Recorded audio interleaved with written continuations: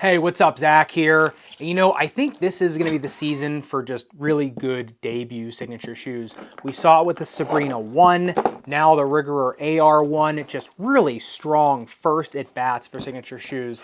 I think there's going to be a lot in this that a lot of people are going to really like, a lot of interesting tech and a lot of just refined tech. So let's get right into them. And a big thank you to Kicks Crew for sending me the kind of the debut, like special edition AR1 with socks and all sorts of other fun stuff. I completely botched the unboxing video on Instagram, but it's all good. So thanks again to Kicks Crew for sending these over. I'll leave a link in the description if you want to check these out there. Now, starting off in the uppers, as you can see, there are no beads of foam anymore in the tongue because they all fell out when I did the teardown of them. However, they do serve a pretty important purpose, which is to keep the dorsum of your foot and your ankle to a certain extent a little more comfortable, pain-free, you know, if you are cranking on the laces of these. I did find that it took 1 or 2 times to crank the laces down to get those beads to sit a little bit more flush to make them comfortable, but once I did, they were extremely comfortable. Just like I said, don't cut them or they will fall all out. Next thing I noticed is the tongue everywhere else is pretty ventilated, which is nice. When I was doing the breathability test on these, that's where I felt all the heat coming out was the tongue, not necessarily the rest of the uppers. And speaking of, if you look at the breathability test on these, it heated up 117.7 degrees, cooled down another 57.8 degrees. And you know, for how containing the uppers are and how much padding there is on the underside of the uppers, once you get past that first layer of the uppers, there is a pretty significant padding layer underneath that. I think that was pretty decent of a profile. Like I said, the bulk of the uppers doesn't have a ton of breathing in it, but if you look at it under the microscope, you see this really dense multi-textile and TPU weaving and meshing going through there, a lot of chain linking. So it is a very, very dense first layer of upper material. Almost reminds me of the Curry Flow in its material, just maybe just a little bit more forgiving. And if you look at the upper durability test, 10 seconds high grit sandpaper, the burr does start to make it through the toe drag guard. However, that main body of the uppers is pretty resilient. It does not get through that. So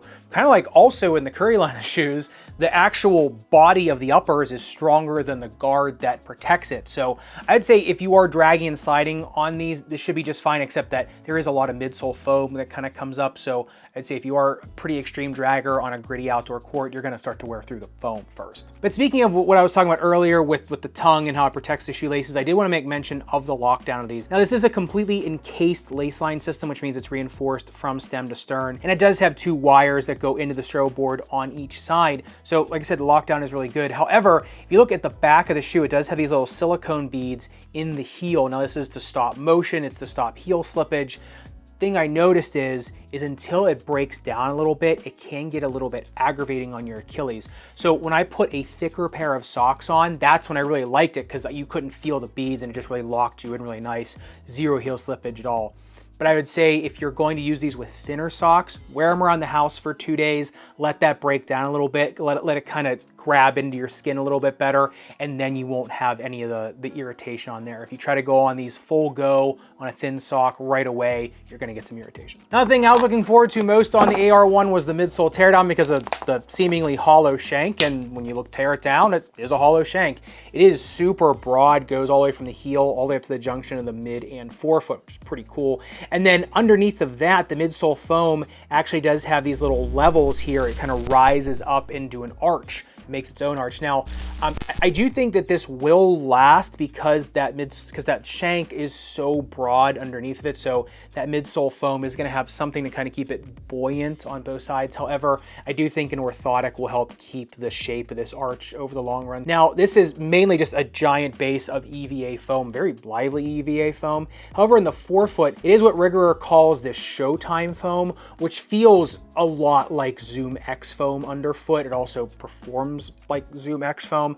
It is kind of like just a really elastic plastic substitute type foam. If you look at it on the bounce height test, got 38.5 centimeters in the heel and then 45 in the forefoot. It's like akin to a good Zoom Air unit. So this does pack quite a punch in it. I would say that, like I said, these shoes do really well when you're using the balls of your foot. However, because that shank is so broad and it is pretty stiff and strong, these things do well if you're loading from rear foot to forefoot, or if you're just using pretty much any part of the shoe.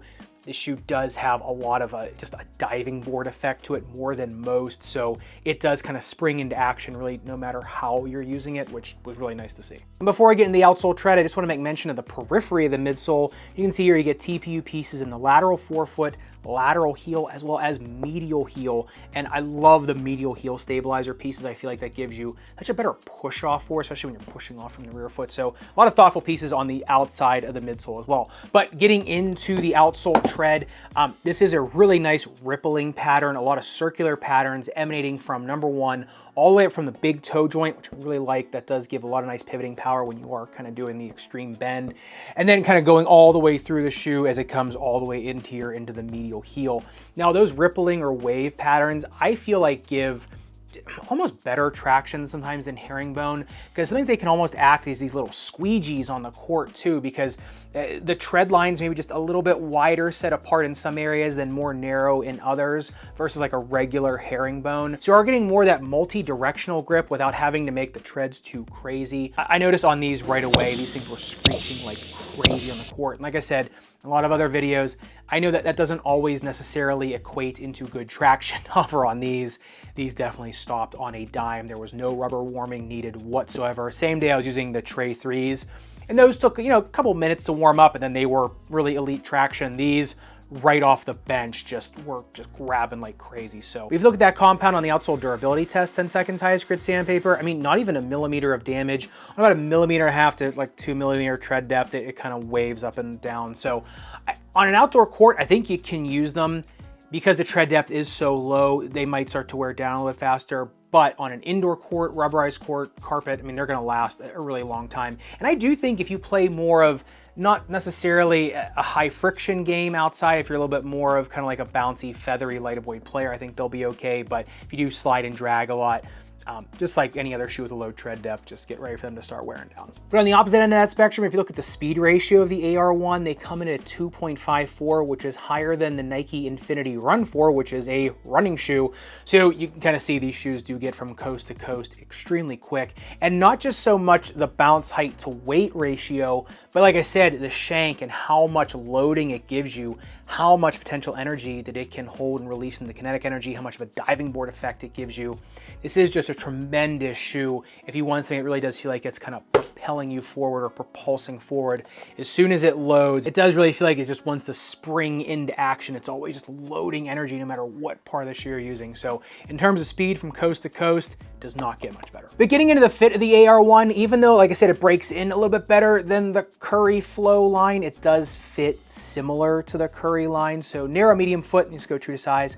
A 2E, I would be considering going up a half size on these just because it does fit pretty streamlined. Plus, it is pretty C-shaped, right? The inflare in them is real on these. Now that does help with speed and with efficiency of the shoe for sure. Or if you just have an out-flared type foot, the last matchup just isn't gonna be there. In terms of the snake bitten foot though, arch pain, ball of foot pain, heel pain, I think this is great for all of them. If you do suffer from Achilles pain and it's more kind of in the watershed, which means the mid-body of the Achilles, definitely wear a padded sock just so that doesn't aggravate it more. I think, but if you wear a padded sock or anything just for those first few days, I think they're just fine for that as well.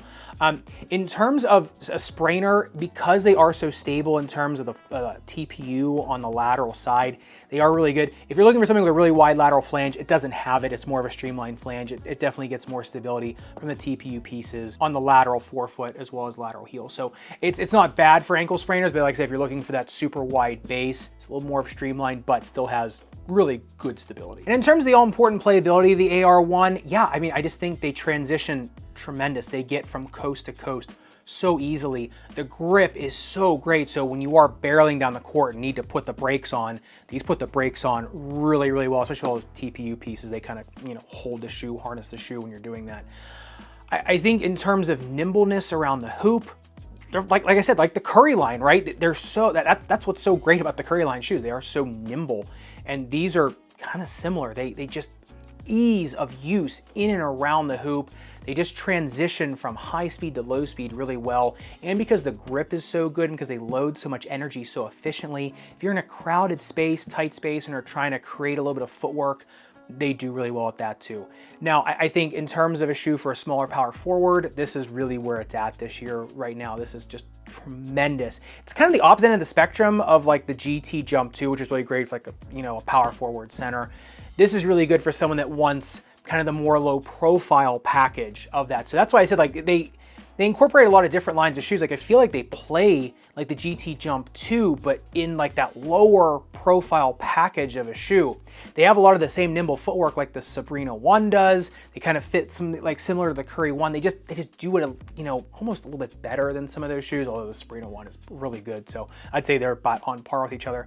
It's just that with the thoughtful touches they put in the midsole to allow this shoe to load so much energy, I just feel like you get such easy power from these, easy speed, easy lift.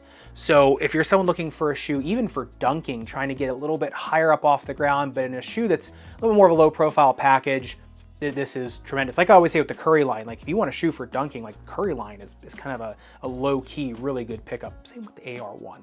So like I said, tremendous debut signature shoe. I really liked it. The only thing was, like I said, breaking in the Achilles and just the width profile of it for me personally. But if you're not me, then I think you'd be fine with it. So I'd love to hear your thoughts in the comments down below on these. You're looking to pick up a pair of these or going with something else, just let me know in the comments down below. I'd just love to hear your thoughts, especially on a debut signature shoe. And speaking of debut signature shoes, if you want to see the other ones I've been referencing this whole time, the Nike Sabrina 1 going to the knife, another awesome debut signature. Make sure you click into this video up above and subscribe down below. Respect your rubber and foam, especially the ones that just fall out of the shoe when you cut them open. I'll see you somewhere in the Sneakerverse.